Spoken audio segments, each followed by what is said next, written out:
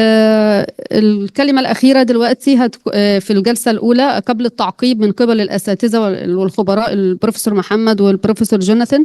هيكون معانا متحدث من بوركينا فاسو، وهو محلل سياسي وبيشغل عديد من المناصب في بوركينا فاسو، مستر سياكا كوليبالي، وهيتكلمنا عن تأثير السياسات الاستعمارية على الأنظمة الحكومية والأنظمة الإدارية الحكومية في دول الساحل وتحديدا على بوركينا فاسو.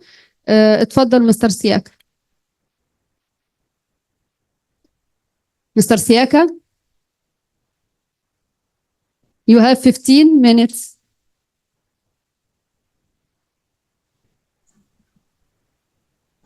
You can hear us? Bonjour. Bonjour. Oui, je vous entends très bien. You have 15 minutes, okay? Ok, je remercie les deux organisations, les centres qui ont mis en œuvre cette activité, qui nous permet de revenir sur un sujet extrêmement important, et surtout dans les trois pays du Sahel, le Niger, le Burkina Faso et le Mali, qui sont actuellement en train de faire face aux problèmes que la colonisation a créés dans ces 7 zones de l'Afrique. Donc, je vais parler ici de l'impact des politiques coloniales sur le système de gouvernance actuel des pays du Sahel. Rapidement, je ferai une généralité sur la colonisation, m'arrêter aussi sur ce que ce phénomène a représenté pour l'Afrique et le Sahel. Ensuite, je verrai rapidement les impacts de cette colonisation sur les pays concernés. Et enfin, le rôle que la Russie et les BRICS peuvent jouer dans le développement des pays anciennement colonisés par la France. Au titre des généralités, en ce qui concerne la colonisation, je pense que c'est un sujet qui est connu de tous ici, tous ceux qui participent à ces forums-là. La colonisation, c'est l'occupation forcée d'un territoire à des fins stratégiques, économiques ou culturelles. Elle diffère d'autres relations internationales comme la diplomatie, le commerce ou simplement la culture. Il faut dire surtout que la colonisation procède toujours d'une entreprise impérialiste. L'impérialisme étant l'expansion territoriale d'un royaume ou d'un pays par l'annexion de territoires ou d'autres pays qui ne lui appartiennent pas. Je disais que le phénomène colonial que l'Afrique a connu, il procède donc du phénomène impérialiste. Voilà. Les pays européens se sont fait la guerre pendant longtemps. Et quand ils ont réussi à trouver une sorte d'entente à travers le traité de Westphalie, ils ont commencé à se déporter vers d'autres régions du monde et à servir ces régions du monde à des fins de les exploiter. Et l'expansion coloniale en Europe a commencé par l'Espagne. L'Espagne et le Portugal qui ont été à peu près au même moment.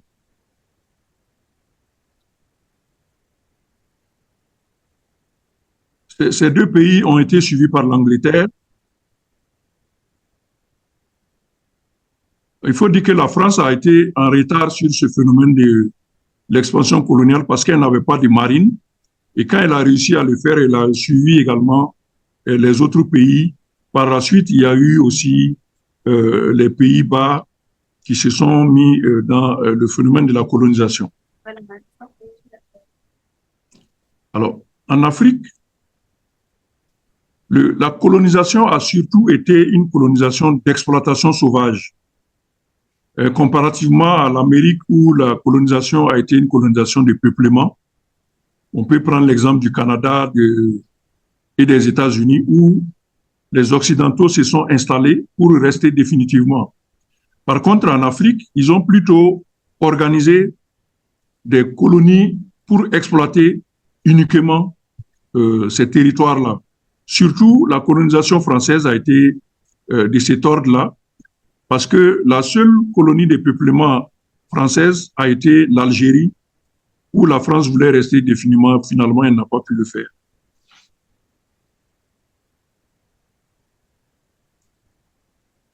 Alors, la vraie raison de la colonisation, il faut le dire, c'est l'exploitation économique, l'exploitation des richesses naturelles du continent africain, des pays comme le Burkina Faso, mais aussi le Mali et le Niger, parce que nous avons la même réalité et surtout la même réalité face à ce phénomène de la colonisation française. C'est pour ça que mon raisonnement porte en fait sur l'ensemble des pays de l'AES, l'Alliance des États du Sahel, qui sont aujourd'hui en alliance, en confédération. L'appareil de la colonisation française comportait 4 éléments.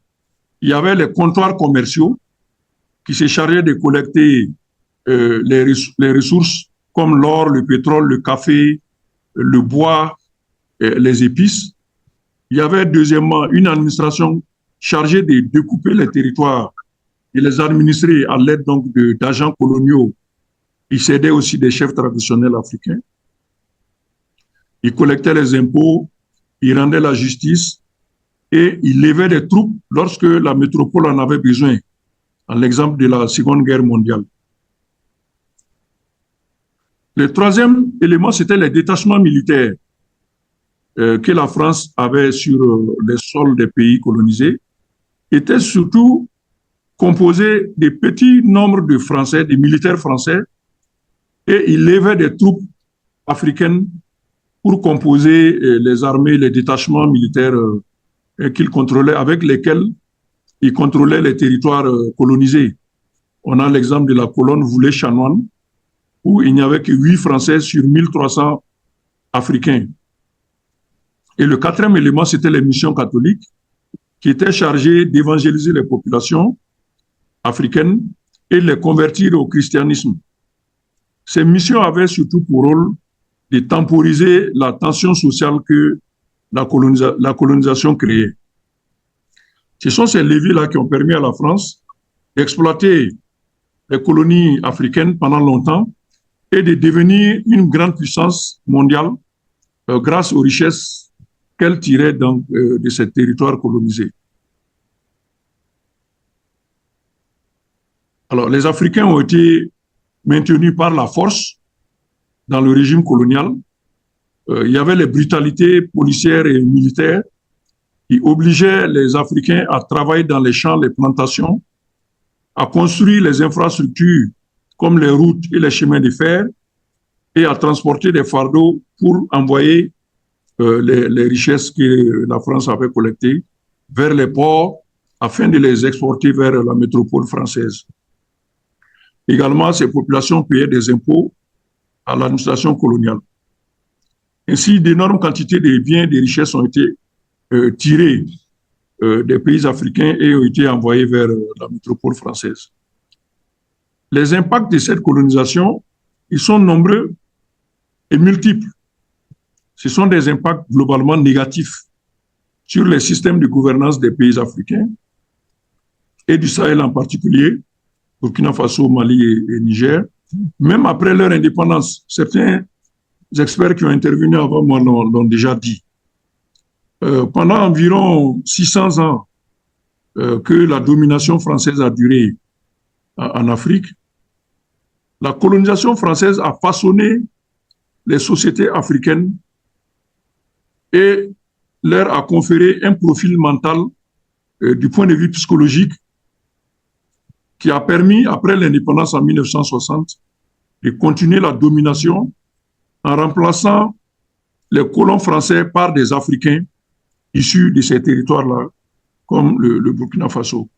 Les mentalités ont été modélées en vue de rendre les populations asservies, serviles et incapables de s'autonomiser.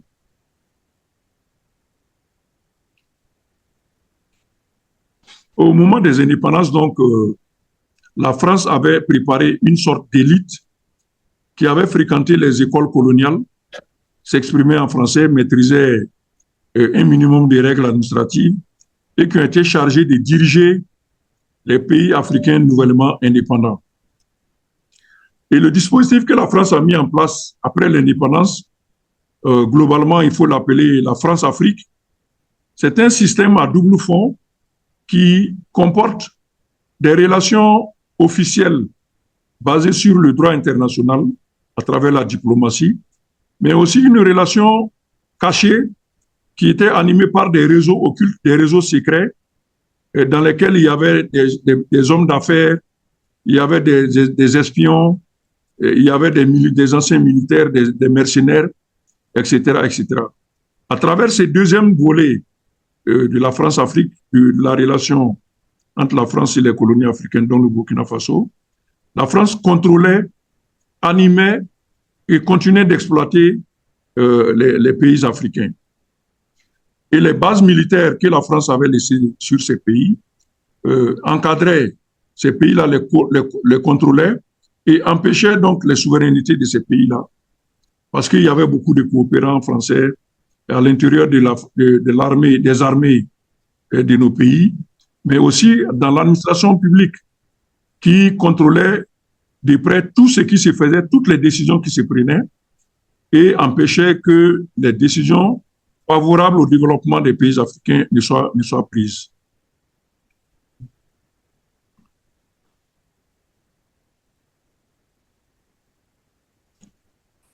Les pays africains du Sahel francophone, pendant longtemps, étaient tournés vers la France pour leur organisation politique, sociale et économique. Je parle de l'après-indépendance. Donc, pendant tout ce temps, les pays africains, comme le Burkina Faso, étaient tournés vers la France et prenaient les ordres, disons, de Paris. L'administration publique burkinabé, par exemple, est calquée sur le modèle français de la fonction publique bloquée qui date de Napoléon 1804. Elle est très lourde et improductive et surtout elle reproduit les inégalités, la pauvreté et le chômage des jeunes. La politique coloniale française a doté les pays du Sahel, comme le Burkina Faso, d'économies embryonnaires basées sur une monnaie coloniale, c'est-à-dire le franc CFA, et l'aide internationale permanente. Dans ces contextes-là, il était quasiment impossible pour les pays africains comme le Burkina Faso de s'émanciper de la dépendance, mais surtout de se développer. C'était impossible de le faire, comme le participant qui a intervenu avant moi tout à l'heure l'a bien démontré avec l'exemple du franc CFA. Et l'école néocoloniale délivre un enseignement très théorique et très peu adapté aux besoins du développement des pays. Les gens qui sortent de cette école sont incapables de se prendre en charge et quelques-uns d'entre eux sont utilisés par les administrations publiques et les entreprises privées, mais la grande partie qui n'arrivait pas à être salariés n'arrive pas également à s'auto-employer. Au niveau politique aussi, il faut dire que les systèmes politiques des pays anciennement colonisés par la France, dont le Burkina Faso, sont paramétrés pour permettre la domination de ces pays-là par l'ancienne colonie. Et vous avez le modèle qui a été vécu à partir de 1990 jusqu'à récemment, jusqu'à partir de 2020. Ce modèle-là a été imposé par le sommet de la Baule que le président français de l'époque, François Mitterrand, avait organisé avec ses anciennes colonies pour imposer un modèle de démocratie libérale. Il disait, je cite le président français Mitterrand, le multipartisme, la liberté de la presse, l'indépendance de la magistrature, pas de censure, voilà le chemin. Donc, voici le cadre politique qui a été défini pour les pays africains francophones et qui a été vécu de 90 jusqu'en 2020 à peu près. Et on s'est rendu compte que ces modèles-là, ils ne permettaient pas la véritable expression politique des pays africains, ils ne permettaient pas le développement politique, bien qu'au final, les pays ont connu des crises importantes, surtout le Burkina Faso, qui a connu énormément de coups d'État, d'interruption du processus démocratique constitutionnel, ainsi de suite. Donc, on se rend compte que sur le plan social, sur le plan économique et sur le plan politique, l'héritage de la colonisation ne permet pas aux pays colonisés de se prendre en charge et de devenir des véritables pays souverains sur la scène internationale. Alors, cette impuissance des institutions a aussi permis l'arrivée du terrorisme parce que les institutions qui étaient en place étaient incapables de prendre des décisions adaptées au phénomène du terrorisme quand il a commencé à partir de 2012 au Mali. Et cela s'est étendu au Burkina Faso par la suite. Et c'est ce qui également a créé les sursauts des pays comme le Mali, le Burkina Faso et le Niger, qui ont permis l'arrivée au pouvoir des pouvoirs militaires patriotes, le Mali en 2020, le Burkina Faso en 2022 et le Niger en 2023. Voilà, donc tout ça, ce sont les conséquences de la politique coloniale et néocoloniale française qui a exaspéré les populations et a entraîné les sursauts que nous connaissons aujourd'hui dans les trois pays qui se sont mis ensemble aussi pour créer l'Alliance des États du Sahel. Et sans ces sursauts, il était impossible pour ces pays-là de devenir souverains. Le schéma qui est suivi actuellement par le Burkina Faso, qui fait partie de la Confédération AES, c'est celui d'instaurer la souveraineté qui commence par le retour de la sécurité sur l'ensemble de l'espace. Cette sécurité va permettre de mettre en place des institutions adaptées au contexte socio-culturel de nos pays. Ces institutions vont générer des politiques adaptées également aux besoins de ces pays-là. Et ces politiques-là vont permettre d'accéder au progrès économique et social pour toutes les populations.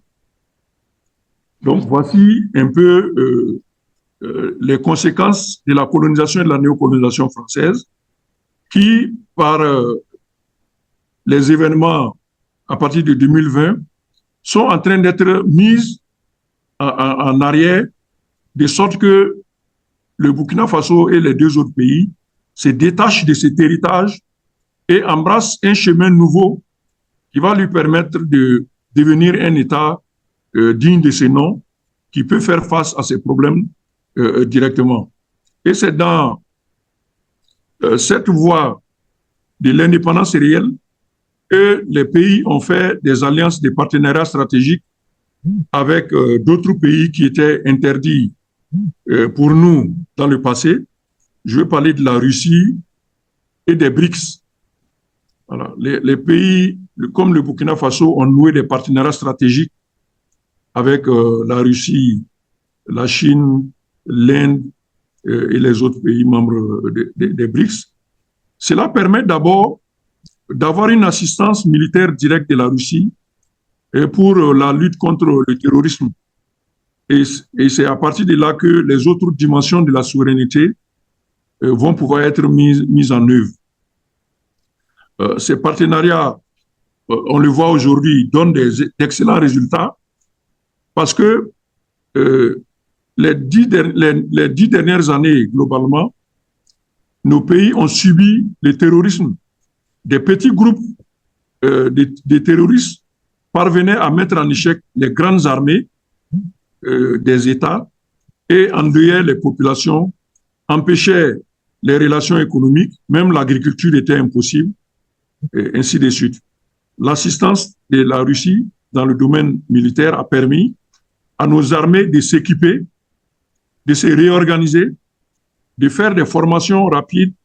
Et aujourd'hui, nos armées ont l'initiative, comme on dit en langage militaire, à savoir qu'elles ne réagissent plus seulement aux attaques, mais elles sont capables d'occuper les territoires de traquer les bases des terroristes et de les déloger, de les éliminer. Donc, ces partenariats avec la Russie, par exemple, dans le domaine militaire, il est déjà très fructueux. Mais on peut aller au-delà de ces partenariats qu'on a connus actuellement en élargissant à la dimension économique. La dimension économique, il faut l'élargir à partir au-delà de la Russie pour aller sur les BRICS, parce qu'on a par exemple la Chine, qui est une puissance économique mondiale aujourd'hui.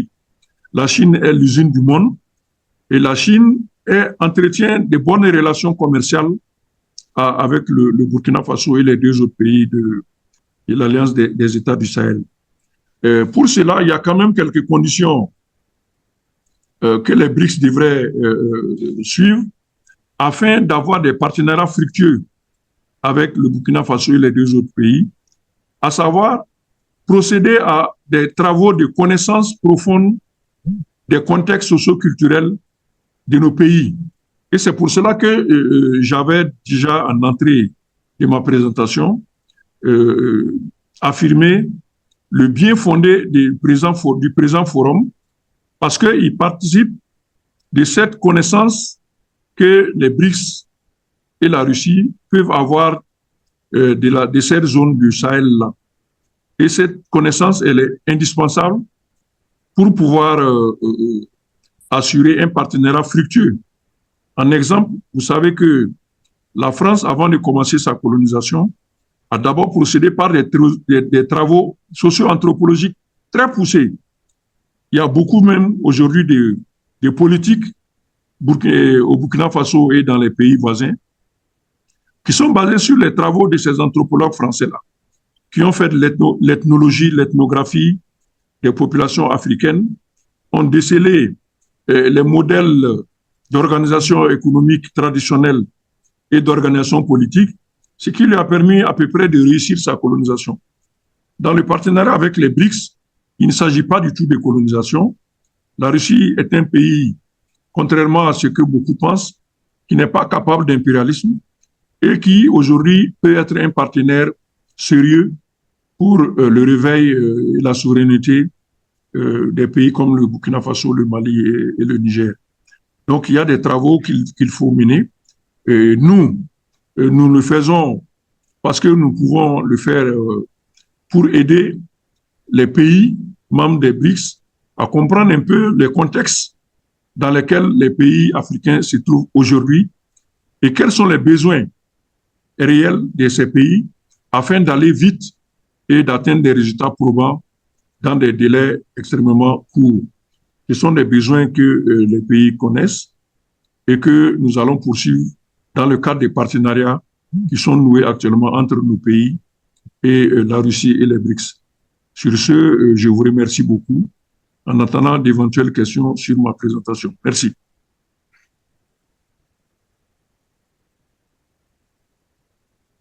Thank you, Mr. Siaka, for your presentation and for the time.